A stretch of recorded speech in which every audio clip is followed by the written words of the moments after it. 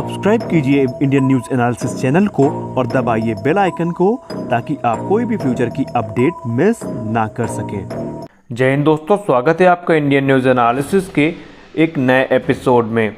आज के अपने इस एपिसोड में हम बात करने वाले हैं भारत की AT-AGS हॉविट्ज़र के बारे में। ये हॉविट्ज़र भारत में स्वदेशी तौर पर DRDO के द्वारा विकसित की गई थी और इसको ट्रायल के लिए पोखरण फायरिंग रेंज में यूज़ भी किया जा रहा था, लेकिन अचानक से इसके बैरल में एक ब्लास्ट हुआ जिसके बाद से इसके ट्रायल को रोक दिया गया। DRDO की एक टीम ने एक जांच का गठन किया और जांच के गठन के बाद आज एक बुरी खबर हमारे सामने आई और ख़बर ये थी कि AT-AGS का जो ट्रायल था उसको रोक दिया गया है और इन गन्स को वापस पोखरण फायरिंग रेंज से हटा लिया गया है। अब इसका क्या अर्थ निकलता है, इसको लेकर के बहुत सारी गलत धारणाएं और बहुत सारी अफवाह इस समय शुरू हो गई हैं। कईयों का ये क्या मानना है कि AT-AGS हमारी जो हॉविट्ज़र है वो ख़राब है या उसमें कोई बहुत बड़ी कमी आ गई है जिसके कारण उस प्रोजेक्ट को रद्द कर दिया गया। दूसरी बात ये फैल रही है कि AT-AGS मानक के हिसाब से नहीं बनाई गई। तो आइए जानते हैं कि इसकी सच्चाई क्या है।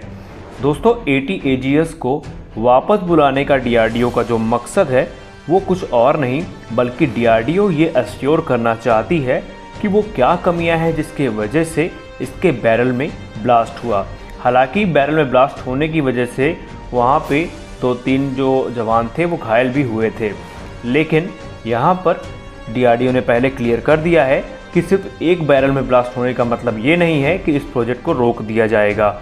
दरअसल DRDO इस चीज़ को कंफर्म करना चाहता है कि AT-AGS के साथ जो हादसा हुआ है वो फ्यूचर में ना हो, इसीलिए इस चीज़ को आश्वस्त करने के लिए इन हॉविट्ज़र्स को वापस बुलाया गया है। तो ऐसे में अगर आप ये सोच रहे हैं कि इस प्रोजेक्ट में कोई बहुत बड़ी गड़बड़ी हुई है तो ऐसा नहीं है। थोड़े बहुत इसमें चेंजेस के बाद, जांच पड़ताल के बाद इन हॉविट्ज़र्स का ट्रायल वापस से शुरू कर दिया जाएगा। वहीं एक अच्छी खबर भी है, अगर एक बुरी थी तो अब एक अच्छी खबर भी सुन लीजिए। अच्छी खबर ये है कि DRDO द्वारा बनाई गई vertical launch surface to air missile system यानी VLSR SAM का जो परीक्षण है वो बहुत जल्द भारतीय नौसेना के युद्धक बेड़े और भारतीय वायुसेना के द्वारा किया जाएगा। आपको बता दें कि ये जो मिसाइल सिस्टम है ये हमारी अस्त्र मिसाइल्स पे ही बेस्ड है, यानी इसके 2 वेरिएंट बनाए जाएंगे।